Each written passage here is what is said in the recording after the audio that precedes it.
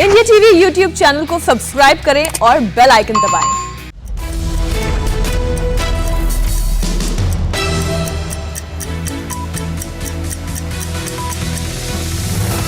नमस्कार, आप देख रहे हैं इंडिया टीवी। आपके साथ मैं हूं मीनाक्षी जोशी। नमस्कार, आपके साथ मैं हूं ज्योत्सना पाटिल। सुबह के 9 बजे हैं और हम आपके लिए लेकर हाजिर हैं सुबह 9 बजे की 9 बड़ी खबर, जिसमें आज हम आपको दिखाएंगे कोरोना के रिकॉर्ड संक्रमण के बाद प्रधानमंत्री मोदी ने वायरस पर लगाम लगाने का क्या दिया है मंत्र, कहां-कहां लगा है लॉकडाउन और कहां हैं दूसरी पाबंदियां। साथ ही बताएंगे ममता के बाद अब शुभेंदु अधिकारी को कौन सा बयान पड़ गया है महंगा।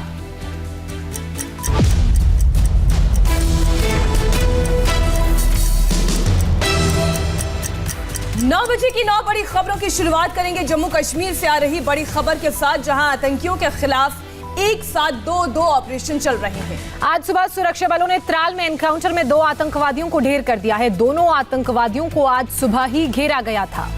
वहीं दूसरा ऑपरेशन शोपियां में चल रहा है, जहां एक मस्जिद के अंदर छिपे 2 आतंकियों को पहले सरेंडर करवाने की कोशिशें जारी हैं।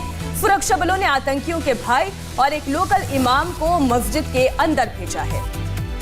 कल से चल रहे इस ऑपरेशन में सुरक्षा बल पहले ही 3 आतंकवादियों को मार गिरा चुके हैं। मतलब कल से अब तक जम्मू कश्मीर में 18 घंटे में 2 एनकाउंटर में अब तक 5 आतंकवादी मार गिराए गए हैं। सहयोगी मंजूर मीर इस वक्त हमारे साथ जुड़ चुके हैं।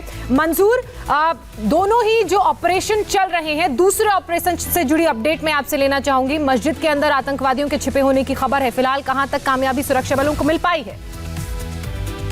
देखिए, कोशिशें लगातार जारी है कि मस्जिद को किसी भी तरह का नुकसान ना पहुंचे, इसलिए जो इलाके के जो कमेटी के मेंबर से या इमाम जो मस्जिद के हैं उनको मस्जिद के अंदर भेजा गया है ताकि मिलिटेंटों से ये कहा जाए कि वो सरेंडर करे। तो हर मुमकिन कोशिश की जा रही है कि एनकाउंटर के दौरान मस्जिद को किसी तरह का नुकसान ना हो, मिलिटेंट जो है वो सरेंडर करे। फिलहाल ये कोशिशें जारी है। दरअसल कल रात सुरक्षा बलों को ये सूचना मिली थी कि शोपियां के इस इलाके में 2 से 3 मिलिटेंट छुपे हुए हैं, जिसके आधार पर ये ऑपरेशन शुरू किया गया था। लेकिन कल रात ही सुरक्षा बलों ने 3 मिलिटेंटों को मार गिराने में सफलता हासिल की थी, जबकि 2 मिलिटेंट इस मस्जिद के अंदर में दाखिल होने में कामयाब हो गए थे। और कल रात से ये प्रयास जारी है, कोशिशें की जा रही है कि इनको सरेंडर कराया जा सके। फिलहाल टीयर गैस शेलिंग का जो है स्मोक शेल जो है उसका इस्तेमाल किया जा रहा है। किसी तरह की फायरिंग जो है दोनों तरफ से नहीं हो रही है।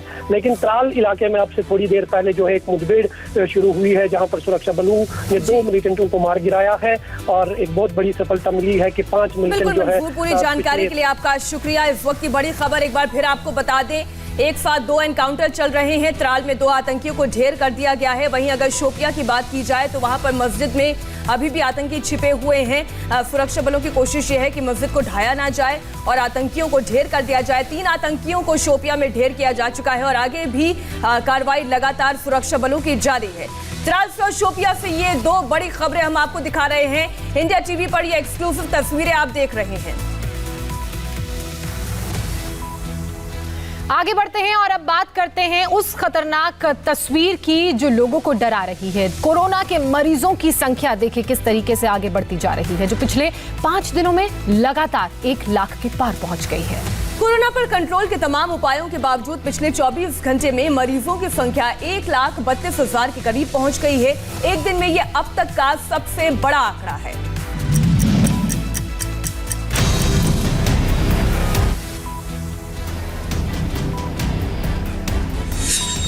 एक दिन में कोरोना की मार, 1,31,787 नए लोग बीमार।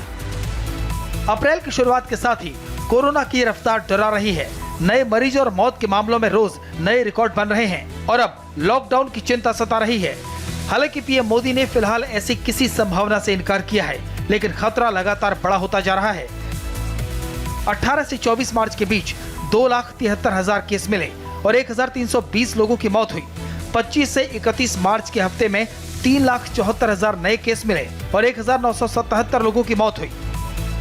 1 से 7 अप्रैल के बीच कोरोना के नए केस की संख्या 6,23,000 निकली और मरने वालों की संख्या रही 3,464।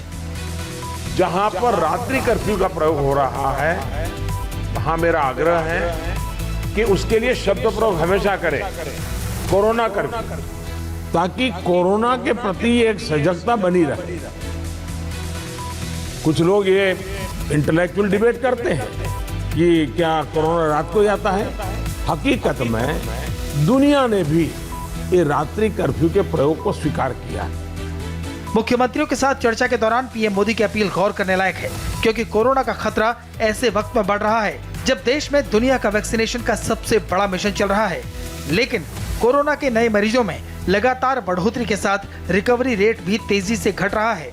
वैक्सीनेशन की दोनों डोज ले चुके डॉक्टर भी संक्रमित हो रहे हैं। दिल्ली के सर गंगाराम अस्पताल के 37 डॉक्टर कोरोना संक्रमित पाए गए हैं। हैरानी की बात यह है कि ये सभी डॉक्टर कोरोना वैक्सीन की दोनों डोज ले चुके हैं। लिहाजा लोगों के जहन में एक ही सवाल उठ रहा है कि फिर से अस्पताल में बेड्स और वेंटिलेटर के लिए मारामारी मचने वाली है। देश में बढ़ते कोरोना संक्रमण के बीच प्रधानमंत्री मोदी ने राज्यों के मुख्यमंत्रियों से बात की और संक्रमण पर लगाम लगाने के उपाय भी बताए। प्रधानमंत्री नरेंद्र मोदी ने बताया कि देश में अभी नाइट कर्फ्यू ही काफी है, कंप्लीट लॉकडाउन की जरूरत नहीं है, लेकिन टेस्टिंग, ट्रेसिंग और टीकाकरण को तेज करने के साथ ही लोगों को लापरवाही छोड़नी होगी। जहां पर रात्रि कर्फ्यू का प्रयोग हो रहा है, वहां मेरा आग्रह है कि उसके लिए शब्द प्रयोग हमेशा करें, कोरोना कर्फ्यू, ताकि कोरोना के प्रति एक सजगता बनी रहे। दुनिया ने भी ये रात्रि कर्फ्यू के प्रयोग को स्वीकार किया है, क्योंकि हर व्यक्ति को कर्फ्यू समय होता है तो याद आता है कि हाँ, मैं कोरोना काल में जी रहा हूं और बाकी जीवन व्यवस्थाओं को कम से कम प्रभाव होता है। अब हमारे पास व्यवस्थाएं इतनी हो चुकी हैं, माइक्रो कंटेनमेंट जोन, उसी पर बल दीजिए, आपको अच्छे परिणाम मिलेंगे। हाँ, उसमें जरा सरकार को थोड़ी मेहनत ज़्यादा पड़ती है, गवर्नेंस को टाइट रखना पड़ता है, हर चीज़ को माइन्यूटली ऑब्जर्व करना पड़ता है, लेकिन ये मेहनत रंग लाएगी, ये मुझ पे विश्वास कीजिए। पीएम मोदी ने जिस दिन मुख्यमंत्रियों के साथ कोरोना पर वर्चुअल मीटिंग की, उसी दिन देश में कोरोना का अब तक का सबसे बड़ा विस्फोट हुआ। इसलिए पीएम ने देश की 135 करोड़ आबादी को नाइट कर्फ्यू का फायदा बताया। उन्होंने कहा कि कोरोना की दूसरी लहर काफी खतरनाक है, इसलिए लापरवाही न बरतें। जो आज परिवार जो इसमें लपेट में आ रहे हैं, उसका मूल कारण है शुरुआत एसिम्प्टोमेटिक से होती है और केयरलेस होने से होती है। हमें टेस्टिंग की करने की जरूरत है, बल टेस्टिंग पर देने की जरूरत है, और हमने सामने से टेस्टिंग के लिए जाना है। उसको तकलीफ हो और फिर टेस्टिंग करने के लिए आए और फिर उसको पॉजिटिव नेगेटिव मिल जाए, और वो मैं समझता हूँ क्रम हमारे लिए थोड़ा बदलना पड़ेगा। पीएम ने सभी राज्यों के मुख्यमंत्रियों से 45 साल से ऊपर के लोगों का 100% वैक्सीनेशन कराने की बात कही। साथ ही पीएम ने एक बार फिर दवाई भी और कड़ाई भी की बात दोहराई। उन्होंने उम्मीद जताई कि देशवासियों की मदद से पिछली बार की तरह इस बार भी देश कोरोना को कंट्रोल करने में कामयाब होगा। कोरोना का कहर सबसे ज्यादा महाराष्ट्र पर पड़ रहा है, इसलिए सख्तियां भी सबसे ज्यादा वहीं बढ़ती जा रही है। लेकिन इस कड़ाई का विरोध भी तेजी से हो रहा है। कारोबारियों से लेकर आम लोग तक पाबंदी के खिलाफ सड़क पर उतर रहे हैं।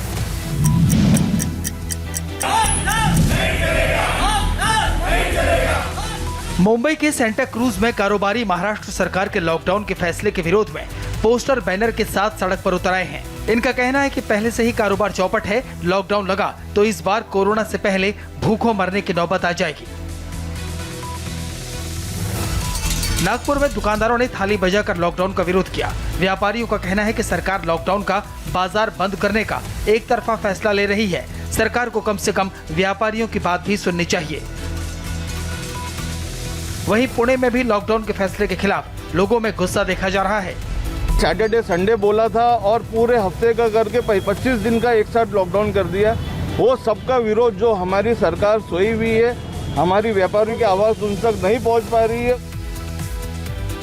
महाराष्ट्र में कोरोना बेकाबू है, लेकिन वहां वैक्सीन की सप्लाई को लेकर सियासी विवाद बड़ा होता जा रहा है। शिवसेना के मुखपत्र सामना में आज के अंक में वैक्सीन को लेकर केंद्र पर भेदभाव का आरोप लगाया गया है।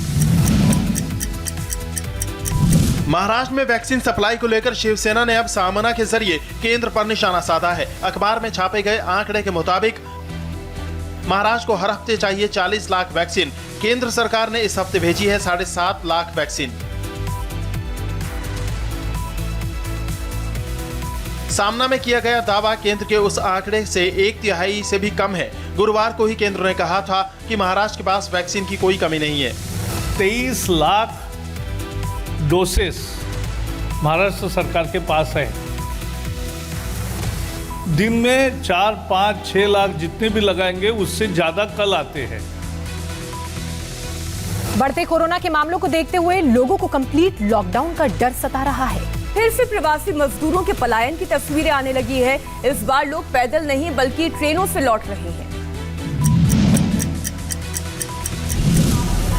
ट्रेन में मजदूरों की भीड़ की यह तस्वीर मुंबई के लोकमान्य तिलक टर्मिनल की है, जहां बंगाल के आसनसोल तक जाने वाली ट्रेन में पलायन करते हुए मजदूरों की ऐसी भीड़ उमड़ी कि ट्रेन में पैर रखने तक की जगह नहीं है। लेकिन लोग हैं कि किसी तरह से बस ट्रेन में चढ़ जाने की कोशिश कर रहे हैं। मुंबई, पुणे, सूरत के रेलवे स्टेशनों पर यूपी, बिहार, एमपी, ओडिशा और बंगाल से लौटने वाले कामगारों की इसी तरह की भीड़ है। रोजी रोटी की आस में शहर में आने वाले इन लोगों को कोरोना से ज्यादा लॉकडाउन की आहट का डर है और यही वजह है कि ये जितनी जल्दी हो सके अपने गांव की ट्रेन पकड़ लेना चाहते हैं।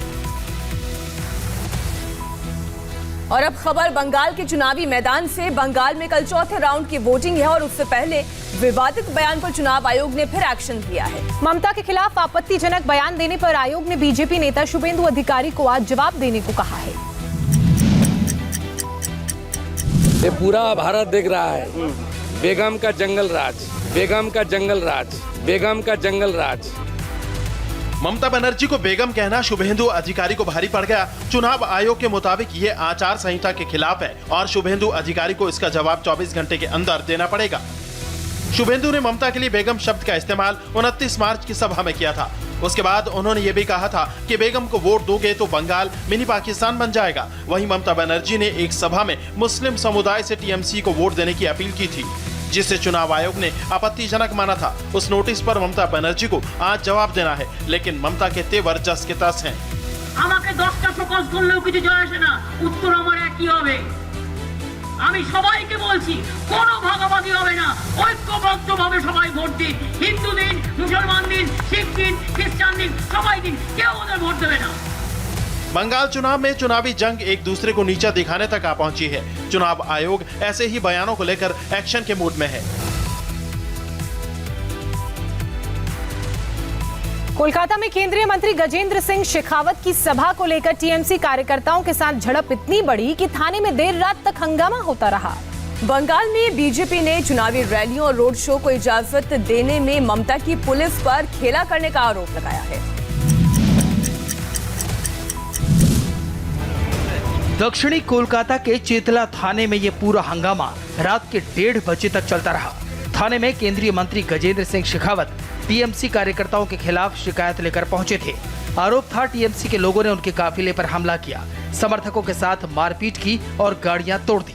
लेकिन मामला तब बढ़ गया जब टीएमसी कार्यकर्ता थाने के बाहर जमा हो गए और आरोपों को खारिज करते हुए नारेबाजी करने लगे। मामला इतना बढ़ा कि थाना इंचार्ज को बाहर से पुलिस बुलानी पड़ी। इसके साथ ही गजेंद्र सिंह शेखावत थाने से बाहर निकले। उधर पायल सरकार ने शिकायत की कि उनके रोड शो को जानबूझकर परमिशन नहीं दी गई। और अब एक अच्छी खबर, नक्सलियों के कब्जे में 5 दिनों तक कैद रहे सीआरपीएफ के जवान राकेश्वर सिंह अपने कैंप पहुंच गए। रिहाई के बाद राकेश्वर सिंह के परिवार ने खुशी जताई और सरकार का शुक्रिया अदा किया। नक्सलियों के कब्जे से रिहा सीआरपीएफ कमांडो। परिवार ने कहा देश को शुक्रिया।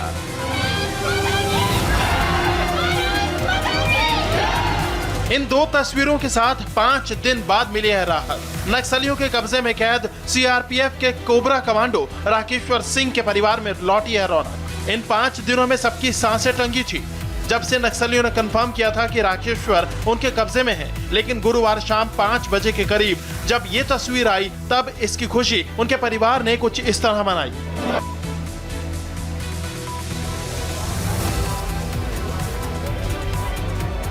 मैं बहुत खुश हूँ और मैं सबसे पहले थैंक्स गॉड भगवान को बोलूँगी, उसके बाद गवर्नमेंट को बोलूँगी, central government, state government, Chhattisgarh government, उसके बाद मीडिया को और फोर्स को बोलूँगी थैंक्स सो मच।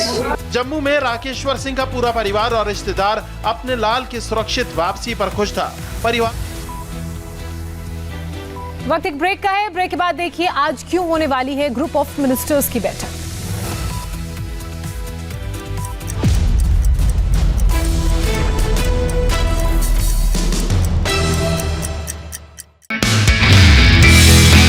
नमस्ते, मैं हूं मीनाक्षी जोशी। वीडियो और खबरों से अपडेट रहने के लिए India TV YouTube channel subscribe करें, बेल आइकन दबाना ना भूलें। जुड़े रहें इंडिया टीवी के साथ।